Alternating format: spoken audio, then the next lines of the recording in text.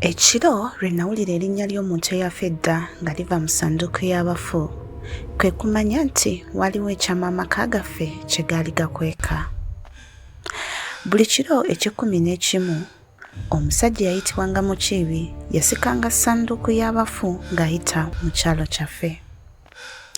Yayita ku nnyumba z'abantu abalala, n'ayita ku katale, n'ayita ne ku kkanisa.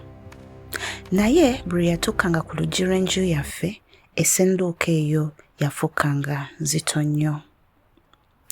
Omugongo gwe gwakutamanga era amaviivi ge ne gakwata ttaka. Era buli kiro yayogeranga erinnya ly'omuntu eyafa edda.